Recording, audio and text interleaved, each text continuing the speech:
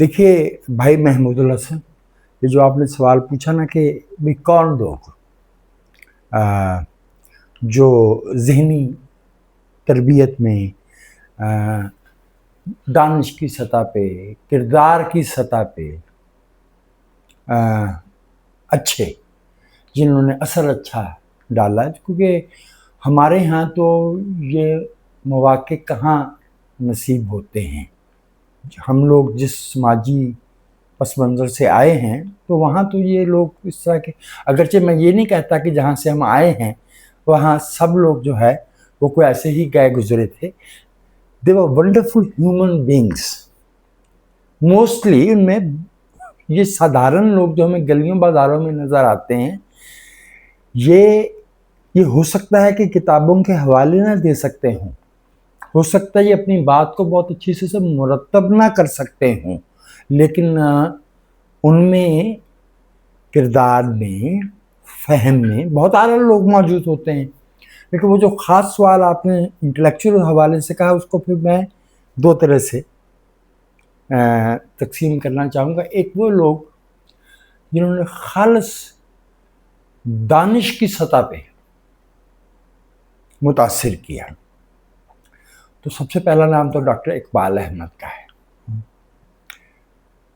अपने इल्म में उससे मुरतब करने में, उसका इबलाग करने में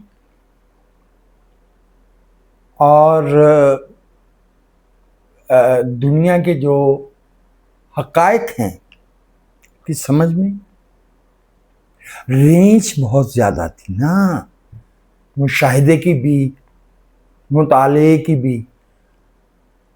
मैं आपको एक मिसाल अर्ज़ करता हूँ। मैं इस्लामाबाद गया, डॉक्टर साहब के पास पहुँचा, अपने मखसूस अंदाज में वो बेतकल्लुफ़ आदमी, एक माली था घर में, एक बावर्ची था और डॉक्टर साहब थे। जो उनकी साहबजादी थी तब वो बैरून मुल्क की होती थी आमतौर से, आदमी भी ऐसा ही रहा। तो बातें हो रही थीं और कुछ बातों पे डॉक्टर साहब ने मेरी तस्कीर भी की, कहीं ज़रा जैसे बुजुर्ग किया करते हैं, ठीक क्या बात की है। तो मैंने सवाल किया कि डॉक्टर साहब, सियासतदान में कौन सी खूबी होनी चाहिए? मेरा ख्याल था कि वो कहेंगे मुतालिया होना चाहिए, बहुत वेल रेड होना चाहिए लीडर को। मेरा ख्याल था कि वो कहेंगे कि लोगों के साथ जो है ना उसकी, वो लोगों के को जीत लेना जानता हो, वगैरह वगैरह वगैरह। डॉक्टर साहब ने ये कुछ भी नहीं कहा। उन्होंने एक लफ्ज़ में कहा, what you need in a political leader is vision. Vision, एक लफ्ज़ जो आज फैसला किया जा रहा है 25 साल 50 बरस बाद, फिर वो तालिब इल्म खुद फैला लेता है। जो दूसरी हस्ती इस सतह पे मेरे मुशाहिदे में आई, वो थे मोहतरम IA रहमान। मैंने इल्म का, किरदार का और ये जो बज़ाहिर गैर अहम सा नज़र आता है ना मामला, management, how to manage the situation, IA Rahman had no parallel.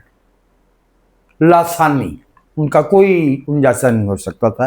मैं उसकी दो मिसालें अर्ज करता हूँ। एक 2001 की, हमारे मुल्क पे बुरा वक्त था। मैं कभी बहुत मुहतात होता हूँ कि किसी को नाम नेहाद कहूँ। मैं कौन होता हूँ किसी की ऑथेंटिसिटी पे, किसी के जेन्युइन होने पे उंगली उठाने वाला। बाहर सूरत गलतियाँ इंसानों से होती हैं, कम्युनिटी से भी हो जाती हैं। हमारा रोशन ख्याल तबका परवेज़ मुशर्रफ के साथ चला गया था, रहमान साहब उसमें शामिल। नहीं थे, बैठे थे सब। मेरा हाफजा बहुत अच्छा नहीं है, लेकिन आई रिकॉल के अब्दुल्ला मलिक बैठे थे। आपको पता, अब्दुल्ला मलिक बहुत बुलंद आहंग आदमी थे। तो सब ने अपनी अपनी जब कह ली, तो रहमान साहब की बारी आई।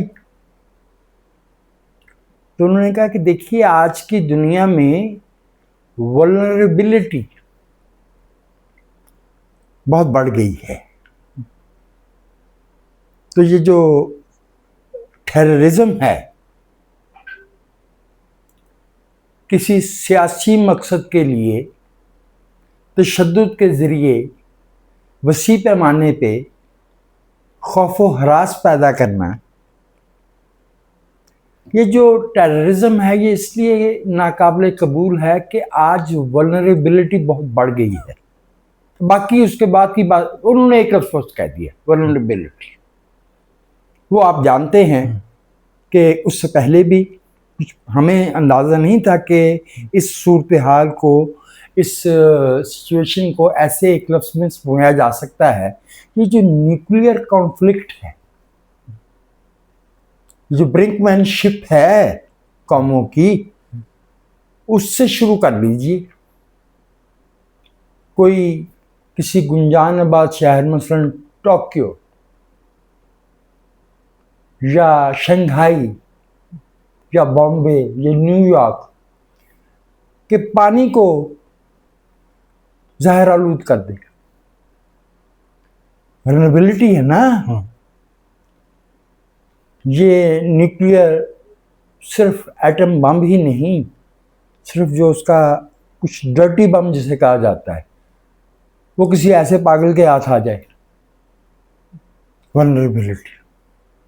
मैं आपको रहमान साहब की जो मैनेजमेंट है उसका एक वाकया और अर्ज करता हूँ।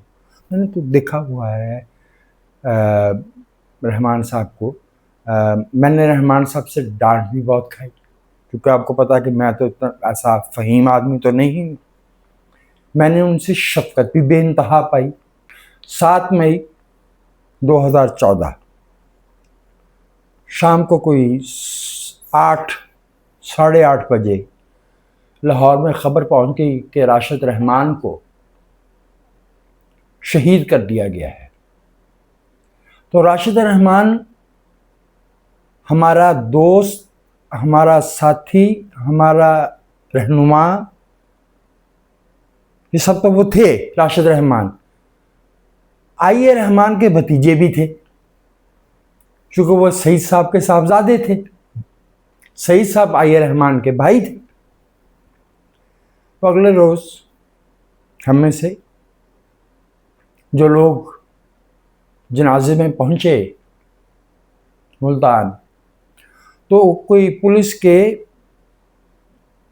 लिटिल ओवर मिड लेवल, आप डीआईजी कह लीजिए, इस लेवल का एक बंदा आया। तो चूँकि जनाजे का मौका था और मामलात बहुत प्रिकेरियस थे, कुछ भी मुमकिन था, तो उसने कहा कि ज़रा जल्दी कर लीजिए, सिक्योरिटी का कुछ मामलात अच्छे नहीं हैं। तो हम में से एक पुरजोश आदमी था, हमारा दोस्त है, भाई है वो भी, लेकिन निस्बतन कम उम्र, तब वो होंगे 28, 29, 30। आपको पता है इस उम्र में, और फिर जब बड़े भाइयों जैसे भाई का जनाजा सामने रखा हो और हमने उनकी जो है वो खूनालूद बॉडी भी देख ली हो, तो उन्होंने, उस नौजवान ने कह दिया पुलिस अफसर से कि आप चले जाइए तो सिक्योरिटी का ख़तरा भी ख़त्म हो जाएगा। अब रहमान साहब ने क्या किया, भाई हमारा तो जज्बाती और वो इंटेलेक्चुअल रिश्ता था ना। रहमान साहब के लिए it was a death in the family. ऐसे उस बच्चे का हाथ जरा सा दबा के कहते हैं, ठीक कह रहे हैं ये, आखिर को हम यहाँ जनाजा पढ़ने ही तो आए हैं। तो ये मैंने आपसे अर्ज की कि मामला था। ये नहीं कि रहमान साहब को डरपोक आदमी थे, उनसे ज्यादा बहादुर कौन हो सकता है जो अपने अपने कॉन्विक्शन पे, अपने इकान पे कायम रहना जानता हो, जिसने मार्शल लॉ में जेलें भुगती हों, जिसने अनकहा, जिसने पार्टीशन में, भाई ये बच इसलिए गया ये रहमान के, ये अलीगढ़ में पढ़ रहे थे, उनकी सारी फैमिली के मर्द और औरतें थे, वो तो गुड़गांव में मारे गए थे। गुड़गांव आप जानते हैं दिल्ली के पास। तो जो आपने मुझसे पूछा था ना कि डांटे किस बात पे थे, तो मैं आपसे अर्ज किए थे, तो इसमें कुछ शर्म की बात नहीं है। इंसान शौरी फैसला करके किसी खास घराने या किसी तबके में या किसी खास जमाने में पैदा नहीं होता। वो जो होता है ना कि किस मौका पे क्या बात कहना है, तो उसकी भी एक तरबियत होती है। तरबियत तो मेरे भाई महमूदुल हसन यहाँ तक होती है कि भुट्टो साहब, जुल्फ़कार अली भुट्टो, अपने कारकुनों को ये तक सिखाते थे कि कॉफ़ी के एक कप में जो स्पून होता है, चम्मच होता है, चीनी हल करने के लिए उसे हिलाया कैसे जाता है, उसे गोल घुमाना है या वर्टिकली या लकीर में, यहाँ तक सिखाते थे। क्योंकि हमारे तबके में ये बातें नहीं थी। मसलन खाना खाने से पहले कोहनियाँ खाने की मेज़ पे नहीं रखना, मसलन चीज़ें खाने की मेन्यू पे जिस तरतीब से लिखी हैं उसी तरतीब से उठा के खानी है। ये नहीं कि शुरू आप मजलिस खाने के लिए बैठी है और आपने जाके जो है ना वो अंगूरों के गुच्छे पे हाथ डाल दिया, नहीं। तो इस तरह की बातों पे रहमान साहब डांटते भी थे।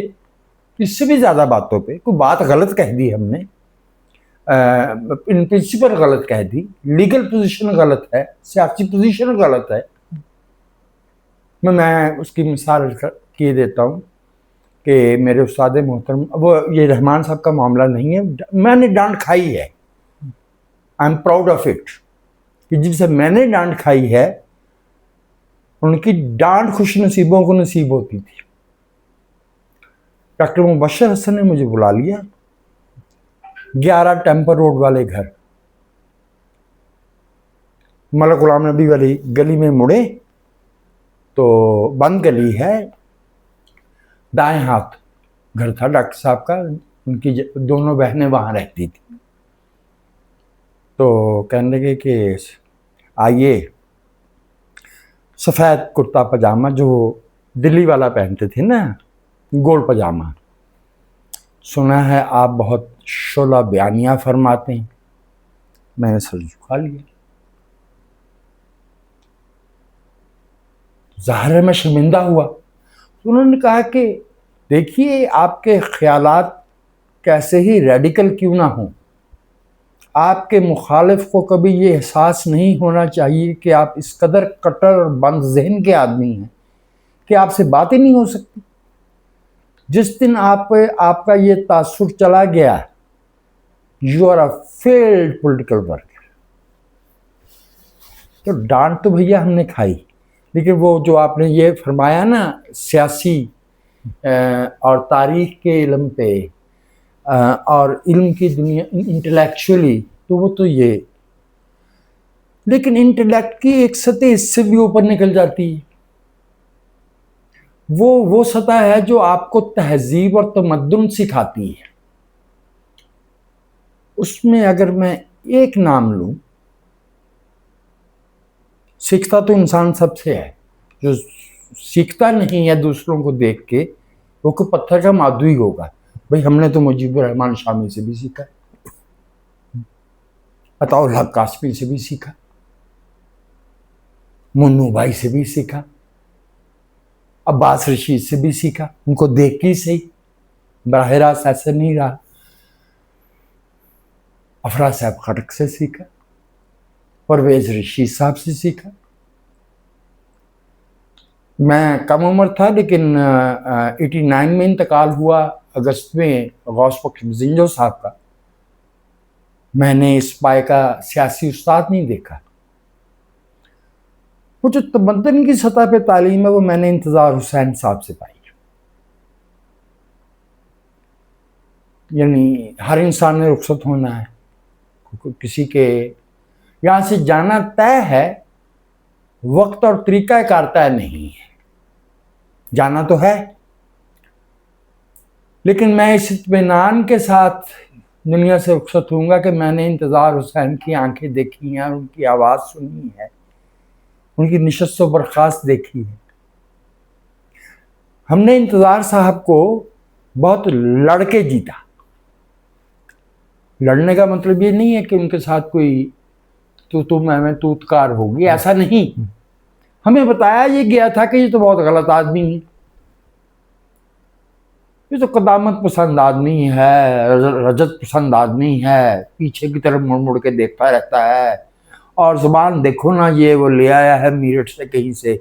उर्दू वाले भी जो दिल्ली और लखनऊ वाले थे वो उनके मुहावरों में समझते हैं ना आप, अंगुष्ठ नुमाई फरमाते थे। पंजाबी जो बहन भाई थे उन्हें और एतराज़ात थे, जो खुद को तरक्की पसंद वगैरह कहते थे उन्हें और एतराज़ात थे, जो खुद को बहुत कौसर में धुला हुआ नेकोकार समझते थे उनके एतराज़ात और थे। लेकिन जब हम करीब हुए और हमने उनको कुछ मुख्तलिफ 2, 4, 5, 10 ज़ावियों से देख लिया तो हमें मालूम हुआ कि ये शख्स तो सिर्फ ठंडी हवा का झोंका है, ये तो छाँव है। इसके दिल में तो बुग़्ज़, हसद, तासुब नाम की कोई चीज़ है ही नहीं। ये नहीं कि उनकी राय नहीं होती थी, वो राय उनकी पुख्ता थी, और ये भी नहीं कि राय पे वो ऐसे कटर हों कि वो रिवाइज ना करें। मैंने गालबन अर्ली 80s 81 या 82 की बात है, क्योंकि मैंने एक दफ़े उनके मुंह से, क्योंकि हम हमेशा उनकी टेबल से कोई फुट भर पीछे कुर्सी रख के बैठते थे। अंजुम रुमानी साहब, इंतज़ार साहब, उस वक्त जबकि मैं बात कर रहा हूँ, शोहरत साहब तो इस मुल्क में थे नहीं, लेकिन कभी आ गए तो मुज़फ़्फ़र अली सैयद, जाहिद डार उनकी टेबल के मुस्तकिल वो थे। तो मुझे याद है कि आपको ये भी मुझसे बहुत ही बेहतर मालूम है, आपने मुझसे बहुत ज़्यादा सोहबत इंतज़ार साहब से उठा रखी है, कि इंतज़ार साहब ने कहा कि मैं पहले सोशलिस्टों से डरता था, अब मैं मुल्ला से डरता हूँ।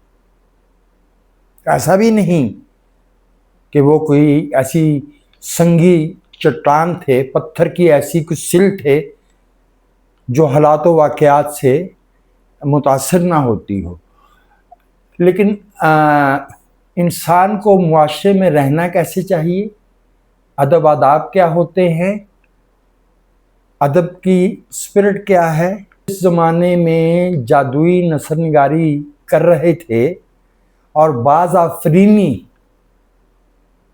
को आज के साथ मिला रहे थे और आज को डिफाइन कर रहे थे। वो जो नासिर काज़मी ने, उन्हीं के साथी थे ना, कहा था ना कि मेरी हम असर तो मीराबाई। मैं गलत तो नहीं कह रहा ना। तो ये इंतज़ार साहब का आज जो महात्मा बुद्ध से शुरू होता हुआ करबला के रास्ते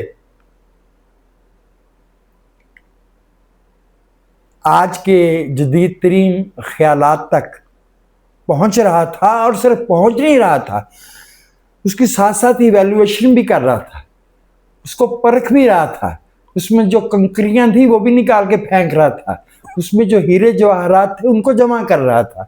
वो उनकी नसर में ये जो उनका नावल है आगे समंदर है,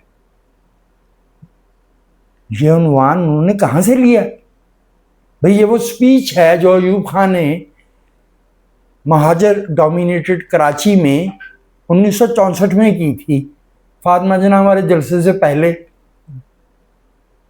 यही कहा था ना उसने अयूब ने कि आगे समंदर है। ऐसे उठाया और उसको जो है एक बड़े मंजरनामे पे फैला दिया। अगर मुझसे पूछा जाए कि मेरे रहनुमा साथ जित मैं नहीं उठा पाया, मैं नहीं उस खजाने को समेट पाया, मैं कम फहम रहा, जो वो मेरी कोताही है। लेकिन जिनसे सीखने का जिंदगी ने मौका दिया, खुश नसीबी दी, एहसान दिया, ये जिंदगी का एहसान होता है। I would say doctor Iqbal Ahmad, I would say Intezar Hussain, और मैं कहूँगा आइए रहमान।